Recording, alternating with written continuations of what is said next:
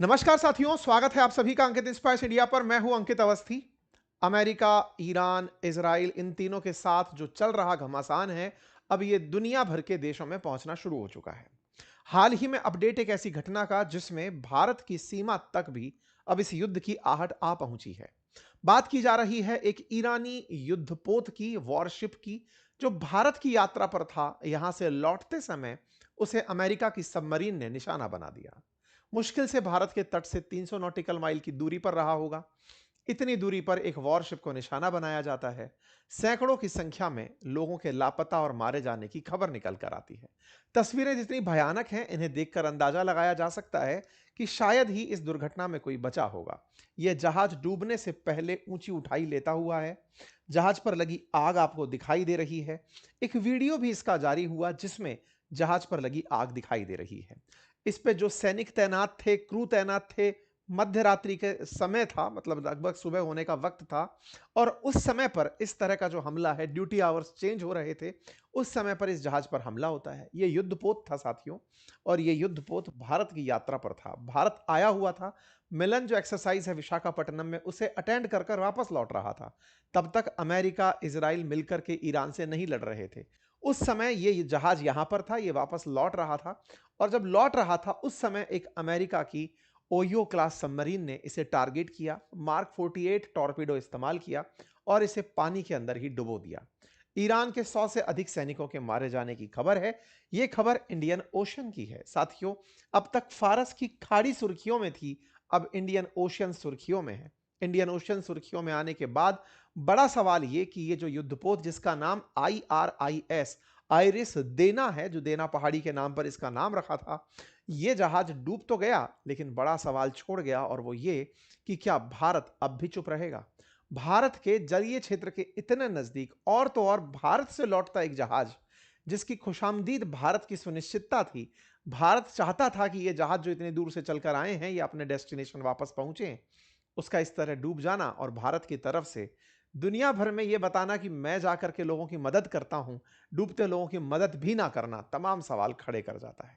इस युद्ध में भारत चुप क्यों है, ये बड़े सवाल हैं। और ना केवल इतना ही, इंडियन ओशन में कोई ह्यूमैनिटेरियन असिस्टेंस की जरूरत हो, आपके पास आया हुआ कोई देश का, सहयोगी देश का जहाज हो, उसके ऊपर त्रासदी होती है और आपकी तरफ से कोई सहायता नहीं भेजी जाती। ये तमाम सवाल है साथियों जो इस समय उठ रहे हैं। ये सवाल भारत की कूटनीति को लेकर है, ये सवाल भारत की वर्तमान स्थिति को लेकर है। और साथ ही साथ में अमेरिका ने जिस तरह से इस युद्ध के दायरे में अब भारत को भी खींचने का प्रयास किया है, इन सब के बारे में है। सवाल इसलिए बड़े हैं क्योंकि इन सवालों के जवाब खोजते खोजते कहीं ये रीजनल वॉर धीरे धीरे विश्व युद्ध में तब्दील ना हो जाए। क्योंकि यहां से आगे जो भी देश प्रतिक्रिया देगा, वो कहीं ना कहीं अमेरिकी गुस्से का शिकार बनेगा। अमेरिका इजराइल से दुश्मनी मोल लेगा। और ऐसे में उसके साथ भी वही सब होना शुरू होगा जो दुनिया में वो विरोधियों के साथ करता आया है। क्या है ये सब डर, क्या है ये स्थिति, दुनिया अल्टीमेटली कहां जा रही है, आइए इन विषयों पर चर्चा करते हैं। समझते हैं कि भारत सरकार की चुप्पी के मायने क्या हैं, भारत इन पर प्रतिक्रिया क्यों नहीं दे पा रहा है। अयतुल्ला अली खेमनेई का मर जाना, उनको अमेरिकी निशाने के इजरायली निशाने में मारा जाना, भारत की प्रतिक्रिया का इंतजार रहना, इस युद्ध पर भारत की प्रतिक्रिया का ना निकल कर आना, इन सब के कुछ ना कुछ डिफेंस तैयार किए गए। लेकिन इंडियन ओशियन, जिसको भारत कहता है कि यह मेरा सीमा क्षेत्र है, मैं यहां पर रेस्क्यू के लिए उपलब्ध सबसे बड़ी ताकत हूं, वहां पर श्रीलंका की सेना निकलकर मदद करने पहुंचती है, लेकिन भारत की तरफ से कोई हेल्प नहीं पहुंचती, बड़े सवाल खड़े कर जाती है। कुछ इस तरह का एक वॉरशिप था साथियों, चल रहा था रात के अंधेरे में। उसके रडार पर यह ट्रैक ही नहीं होता कि कोई सबमरीन उसको निशाना कर रही है। एक टॉर्पीडो उसके पास पहुंच रहा था। यह ओयो क्लास सबमरीन थी, और इस ओयो क्लास सबमरीन से साथियों टॉर्पीडो मार्क 48 छोड़ा गया था, जिससे भीषण धमाका होता है। और उसके बाद कुछ ही समय बाद में ये डूबे हुए चिथड़े यहां पर जहाज के दिखाई देते हैं। साथियों, ये जो वीडियो चलता हुआ आपने देखा, ये वीडियो हमने अपनी एआई की क्लास में आर्टिफिशियल इंटेलिजेंस से बनाया है। आपको समझाने के पर्पज से इसका ग्राफिकल यूज है। अगर ये आप भी सीखना चाहते हैं तो कोर्स हमारा उपलब्ध है। इमेजेस जानने के लिए आप जाकर उसे देख सकते हैं। लिंक आर्टिफिशियल इंटेलिजेंस की मास्टरी क्लास का, फ्रॉम बिगिनर टू प्रो। अगर आप भी ये सब सीखना चाहते हैं तो हम काफी सारे टूल्स अपनी क्लासेस में सिखा रहे हैं, आप उसे ज्वाइन कर सकते हैं। कोर्स का लिंक कमेंट बॉक्स में दिया हुआ है। साथियों, ये घटना अमेरिका, इजराइल और ईरान जंग के आज 5वें दिन की है, जिसमें कि आईआरएस देना नाम का जो जहाज है, ये श्रीलंका के पास हमला करके डुबो दिया गया। जानकारी के अनुसार 87 सैनिकों के मारे जाने की खबर। अब वो वाली बात है कि इसमें सवार 180 के आसपास लोग थे। लगभग 20-22 लोग बचाए जा चुके हैं, बाकी या तो लापता हैं या मारे गए। ये वाला अपडेट चल रहा है। जंग चल रही है, ईरान इजराइल के पीछे खड़ा है अमेरिका, और इस घटना में यह कहा जा रहा है कि अमेरिका ने इसे बहुत ही गुप्त तरीके से अंजाम दिया। डियागो गार्सिया में खड़ी हुई ओयो क्लास सबमरीन इस जहाज का इंतजार कर रही थी कि जब यह लौटेगा तब हम इसे निशाना बनाएंगे। अमेरिका ने इसे अपनी काबिलियत बताया और कहा कि वर्ल्ड वॉर 2 के बाद यह पहली बार हो रहा है कि इस तरह से टॉर्पिडो से हमने जहाज उड़ा दिया हो। इस बात को पीटर हेगसेथ, जो अमेरिकी रक्षा मंत्री हैं, जो अपने आप को डिपार्टमेंट ऑफ वॉर का मंत्री मानते हैं, उनका कहना है कि हमने ये काम बहुत ही अल्टीमेट तरीके से किया। हमारा जो एपिक फ्यूरी ऑपरेशन चल रहा है, जो ईरान के खिलाफ है, वो बिल्कुल सही दिशा में जा रहा है और हम उसमें जीत रहे हैं। अपनी तरफ से तमाम काबिलियत दिखाते हुए इन्होंने बकायदा इस पूरी फुटेज को जारी किया कि कैसे हमने इस घटना को अंजाम दिया। ये घटना है साथियों, इस घटना के साथ में व्हाइट हाउस, अमेरिका के मार्को रूबियो, ये सभी लोग अपनी काबिलियत और सिद्धि बताने लगे यहां पर। लेकिन सवाल इससे कहीं बड़े थे। ये जो आईआरएस देना है, ये ईरान का अपना बनाया हुआ युद्धपोत है। ये उनका मौज क्लास युद्धपोत है और ये हाल ही में कमीशन हुआ था। इस जहाज में रडार सिस्टम लगे हैं जो कि दुश्मन की आती हुई मिसाइलों को ट्रैक कर सकते हैं। युद्धपोत के अंदर टॉर्पीडो को ट्रैक करने के लिए भी सोनार सिस्टम लगे हैं। लेकिन जिस तकनीक का उपयोग अमेरिका ने किया, यह सिस्टम उसे ट्रैक नहीं कर पाया। आईआरएस देना जो है, इसने जो इसके खिलाफ चला आ रहा टॉर्पीडो था, जो ओयो क्लास सबमरीन से, क्योंकि जो सबमरीन है वो स्टेल्थ टेक्नोलॉजी से युक्त है। बड़ा सवाल है कि एक सबमरीन भारतीय जल सीमा में तब से घूम रही है और भारतीय सेना को भी इसकी खबर नहीं लगी। एक सबमरीन जो भारत के जल क्षेत्र के नजदीक से निकलती है, उस सबमरीन ने इसे निशाना बनाया।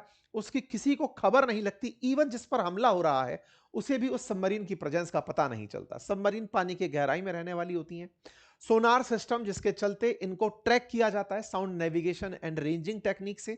जब साउंड वेव्स भेजी जाती हैं तो जिनमें स्टेल्थ टेक्नोलॉजी होती है, वो इस रेडिएशन को अपने अंदर समा लेती हैं, साउंड वेव्स को अपने अंदर समा लेती हैं। रिटर्न कॉल लौट कर नहीं आते, इसलिए उसके बारे में पता नहीं चल पाता है। इसीलिए चाहे B2 बॉम्बर हो या ओयो क्लास सबमरीन हो, ये वर्ल्ड क्लास चीजें मानी जाती हैं कि इन्हें पकड़ा नहीं जा पाता। और इसी का फायदा अमेरिका ने उठाया और इस आईआरएस देना नाम के वॉरशिप को डुबो दिया। आईएनएस देना जो है, ये 2021 में ही कमीशन हुआ था। इसके अंदर रैपिड ऑटो फायर कैनन लगी थी। इसके अंदर कैनन के साथ साथ लाइट टॉर्पीडो भी तैनात थे। इसके साथ साथ 2 हेलीकॉप्टर के लिए यहां पर हेलीपैड था जिसका इस्तेमाल होता था। इसको निशाना बनाने के लिए डियागो गार्सिया, जो यूएस नेवल बेस है, जो कि ब्रिटिशर्स ने अमेरिका को दिया हुआ है किराए पर, वहां से तैनात सबमरीन ने इसका निशाना बनाया। आईआरएस देना 2015 के अंदर लॉन्च की गई थी, 2021 में कमीशन हुई थी। यह ईरान की अपनी स्वनिर्मित वॉरशिप थी। इसे निशाना बनाया गया साथियों श्रीलंका के जल में, गाले के नजदीक। भारत के दक्षिण में श्रीलंका और श्रीलंका के दक्षिण में बिल्कुल हम्बनटोटा के पश्चिम की तरफ जब चलते हैं तो गाले, और गाले के बिल्कुल इंटरनेशनल वाटर के पास जगह पर इसको निशाना बनाया गया। विशाखापट्टनम आया हुआ यह जहाज जब लौट रहा था, भारत के अंदर वाइजैक तक यह आया हुआ जहाज था। भारत के अंदर मिलान 2026 का जो इवेंट चल रहा था, वहां से वापस लौटते हुए यह जा रहा था और जाते जाते ये श्रीलंका के गाले के नजदीक से निकला और यहां पर इसे टारगेट कर दिया गया। इसका टारगेट करना ऐसे समय पर जब ये भारत के ही जलीय सीमा क्षेत्र में जा रहा हो, लेकिन श्रीलंका के बिल्कुल नजदीक से निकल रहा था, तो भारत की एक जिम्मेदारी से फ्री था कि हां भाई, भारत के अंतरराष्ट्रीय वाटर में इसे निशाना नहीं बनाया गया है, श्रीलंका के में निशाना बनाया गया है और उसे गाले के नजदीक निशाना बना दिया जाता है। गाले में बनाया हुआ यह निशाना निश्चित ही भारत को जिम्मेदारी से तो मुक्त कर देता है कि चलो, हमारे इंटरनेशनल वाटर में तो नहीं था, लेकिन एक बड़ा सवाल है कि आपके ही इवेंट में आया था, आपके इवेंट से होता हुआ, आपके ही जल क्षेत्र के साथ होता हुआ निकल रहा था। साथियों, असल में जल क्षेत्र को बांटते समय कुछ सीमाएं होती हैं। बताया जाता है कि एक्सक्लूसिव इकोनॉमिक जोन से आगे जो भी पानी है वो इंटरनेशनल वाटर है। अमेरिका ने भी इसीलिए स्पेशली अनाउंस किया कि इंडियन ओशन में तो हमने मारा है उसे, लेकिन उसे इंटरनेशनल वाटर में मारा है, यानी कि वो पानी सबका है। लेकिन बड़ा सवाल उस पानी में सबके प्रेजेंस से कहीं ज्यादा भारत के नजदीक एक जहाज का मार गिराना, नंबर दूसरा भारत के इवेंट में शामिल होने आए जहाज को मार गिराना, नंबर तीसरा भारत के द्वारा उस जहाज का जो भारत के ही किसी इवेंट में आया था उसकी मदद के लिए कोई भी सहायता ना भेजा जाना तमाम सवाल खड़े कर रहा है। साथियों, सबमरीन्स हालांकि अमेरिका के द्वारा दुनिया भर के तमाम वाटर क्षेत्र में भेजी जाती रही हैं, लेकिन इस तरह की यह हरकत करके इन्होंने वर्ल्ड वॉर टू की घटनाओं को जीवंत कर दिया है। उस समय पर टॉर्पिडो और गुप्तचर एजेंसीज के द्वारा इस तरह की हरकतें की जाती थी। आईआरएस देना पर हमला जो अमेरिका के द्वारा किया गया है, निश्चित ही इससे बहुत ज्यादा सेटबैक ईरान को लगा है, और ईरान को लगे इस सेटबैक के साथ साथ वर्ल्ड में एक चिंता बढ़ी है कि ये वॉर जोन अब बड़ा होता चला जा रहा है। पहले ये ईरान और ईरान के सामने पर्शियन गल्फ तक सीमित था, लेकिन अब इसे इंडियन ओशन में भी निशाना बनाया गया है। इससे प्रतीत होता है कि अमेरिका इस वॉर के क्षेत्र को बड़ा करना चाहता है, और क्षेत्र को बड़ा करके दुनिया भर की अर्थव्यवस्थाओं को अपने मतलब कुचक्र में बांधना चाहता है। खैर, श्रीलंका के द्वारा 32 ईरानियन सैनिकों को बचा लिया गया, इसका अपडेट दिया गया। ईरान श्रीलंका की जो मिनिस्ट्री है उसने बकायदा बताया कि इंटरनेशनल वाटर्स के अंदर ये जो घटना घटी ये बिल्कुल कहां पर थी उसके बारे में जानकारी सदन को दी गई, और यहां पर बकायदा ये अपडेट कराया गया दुनिया के देशों को कि हमने किस तरह से उनकी मदद करने का हर संभव प्रयास किया। श्रीलंका ने ह्यूमैनिटेरियन असिस्टेंस दी। साथियों, यह घटना तब घटी जब भारत ने हाल ही में मिलन 2026 फरवरी 2026 में एक मल्टीनेशनल, जिसके अंदर बहुत सारे देश उपस्थित थे, एक मैरीटाइम इवेंट आयोजित किया था, मल्टीलेटरल इवेंट आयोजित किया था। यह विशाखापट्टनम में 15 से 25 फरवरी के बीच आयोजित किया गया कार्यक्रम था, जिस कार्यक्रम में 42 शिप और सबमरीन और 29 एयरक्राफ्ट शामिल हुए थे। यह एक बड़ा इवेंट था जिस इवेंट को कराने में 74 देश शरीक हुए थे। इस इंटरनेशनल फ्लीट कार्यक्रम जो कि विशाखापट्टनम में था, इसी के अंदर 74 कंट्रीज में से एक ईरान था जो भारत के इस मल्टीनेशनल इवेंट में आया था। साथियों, यहां पर उस समय जब ये आया था, ईरान का जहाज जो भारत के अंदर मित्रता निभाते हुए हमारे एक्सरसाइजेज में शामिल हुआ था, उस समय की तस्वीरें हैं। उस समय ईरान के ये सारे के सारे मतलब नेवल सैनिक हैं, दिखाई आपको दे रहे हैं। ये उस दौर की जब आज से मात्र 10 दिन भी कहां, हाँ 10 दिन, अधिकतम 10 दिन पहले की, जिस समय विशाखापट्टनम में इस तरह की मिलन एक्सरसाइज आयोजित की जा रही थी। तो मैरीटाइम कॉर्पोरेशन के नाम पर हमारे रक्षा मंत्री के द्वारा तस्वीरें साझा की गई थी। साथ ही साथ में हमारी जो ईस्टर्न नेवल कमांड है जो इसको आयोजित कर रही थी, उसके द्वारा ये सारे अपडेट बताए गए थे कि कहां पर यह घटना आयोजित हो रही है, कहां पर यह इवेंट आयोजित हो रहा है। मिलन का कैमरेडियन कॉपरेशन एंड कोलैबोरेशन करके एक इवेंट का नाम रखा गया था। ईस्टर्न नेवल कमांड ने बकायदा अपनी तरफ से जानकारियों में बताया था कि कौन से देश के हमारे यहां पर सैनिक आकर, नौसैनिक आकर पहुंचे हैं। तमाम तस्वीरें उस दौर की जारी हुई थी। मिलन 2026 के अंदर सारी नेवीज ने मिलकर के, जो भी यहां पर शरीक थी, उन्होंने नेवी के कौशल का परीक्षण किया था। बहुत ही जबरदस्त एक फ्लीट की तस्वीर बाहर निकल कर आई थी। जितने भी दुनिया भर के जहाज यहां आए थे उनका मुआयना करने खुद हमारे देश की राष्ट्रपति गई।